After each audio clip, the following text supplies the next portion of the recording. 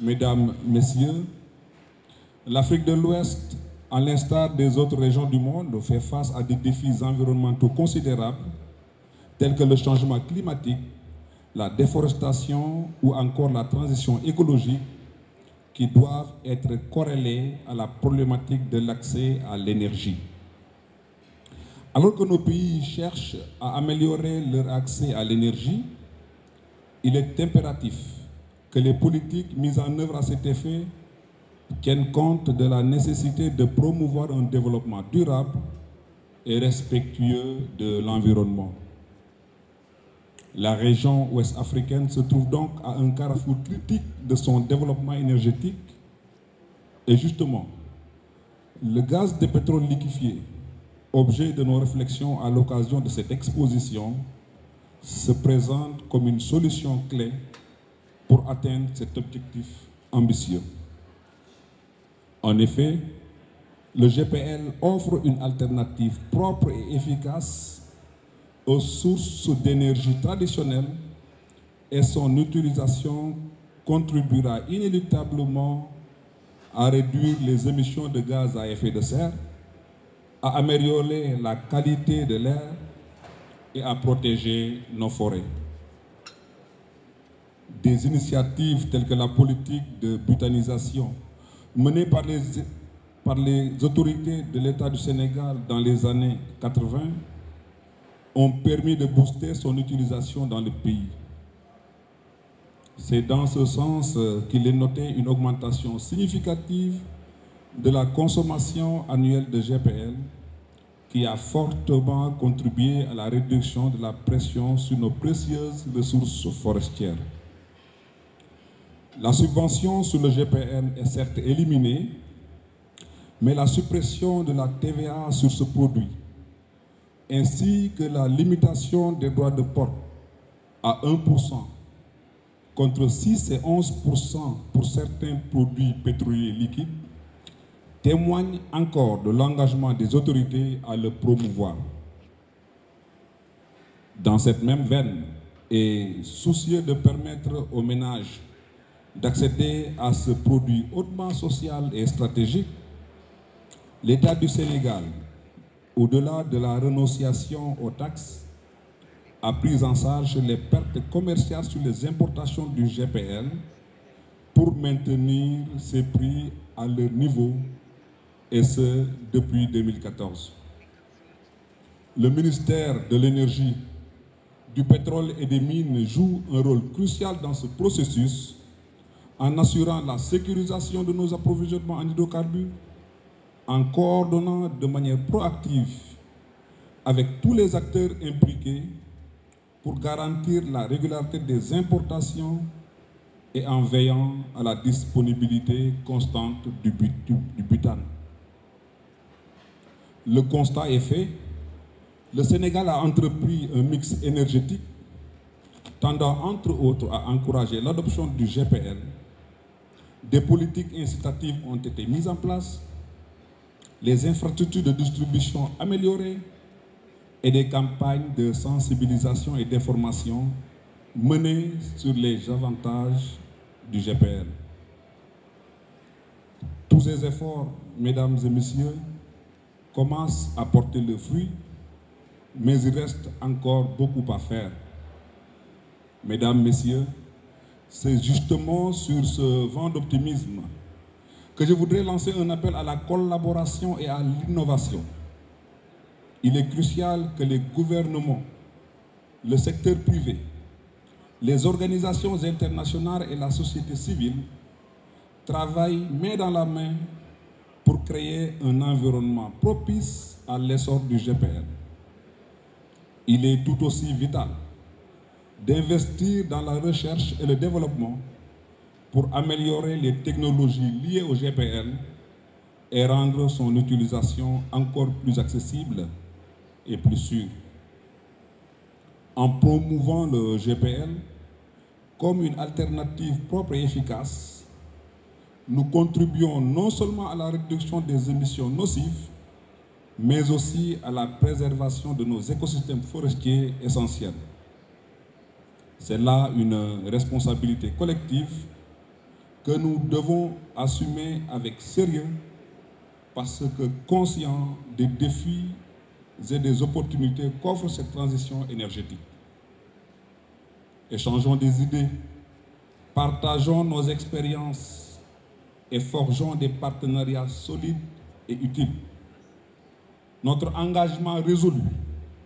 nos expertises partagées et nos expériences respectives sont essentielles pour faire avancer cette noble cause commune. Je voudrais finir par réitérer une fois de plus, au nom de Monsieur le ministre de l'Énergie, du Pétrole et des Mines, mes vifs remerciements aux organisateurs de cette conférence pour leur dévouement à promouvoir des solutions énergétiques durables. Ensemble, en renforçant notre engagement envers le GPL et en adoptant des pratiques responsables, nous pouvons assurer un avenir plus vert et plus durable aux générations futures en Afrique de l'Ouest. Je souhaite plein succès à vos travaux et vous remercie de votre aimable attention.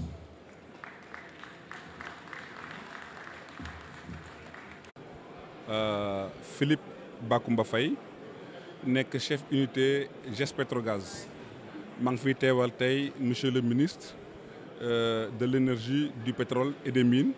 di monsieur Birame Souleye Diop. waaw xam ngeen ne fi ñu nekk fii suñu réew Sénégal dafa toll foo xam ne dañoo am ay découvertes pétrolières et gazières donc dañoo am gaz ak pétrole ci suñu biir suuf. booba ba tey nag suñu autorité suñuy kilifa ñoo ngi def lépp lu ñu mën ndax mën a def exploitation boo xam ne moo gën ci ñun ndax suñu ndey charte réew moo ne alal bi nekk ci suuf si suñu ressources naturelles yi askan wi ko moom te loolu ci loolu la ñëpp di dox ci loolu la autorité di dox ba tax na tey Sénégal daal di accueillir benn ndaje benn lël boo xam ne dañuy wax ci mbirum gaz boo déggee gaz ñoo ngi koy woowee ci français GPL waaye ci gàttal rek moom mooy gaz bi ñuy toggee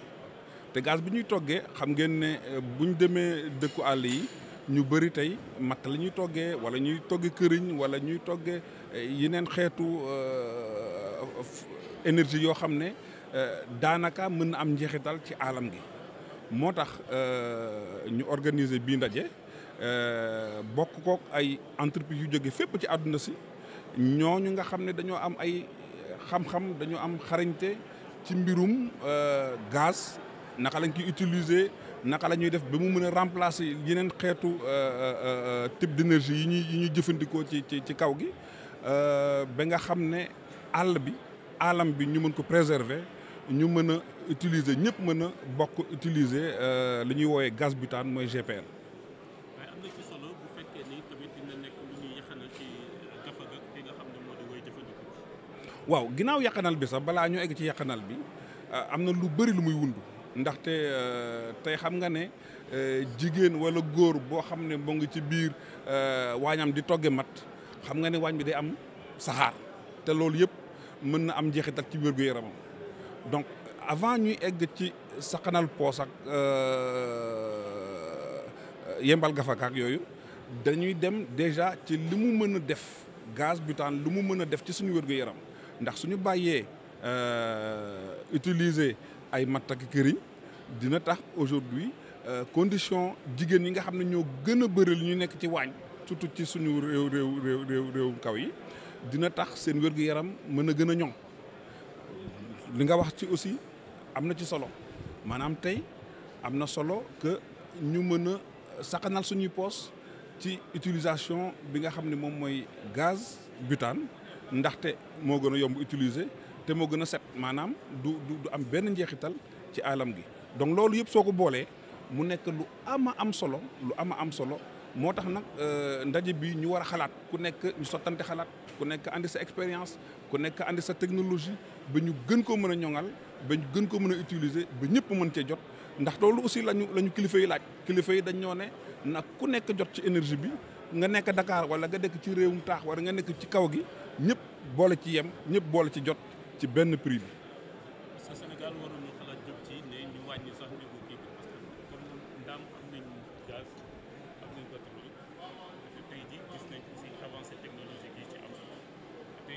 gaz war a yóbbu ci kii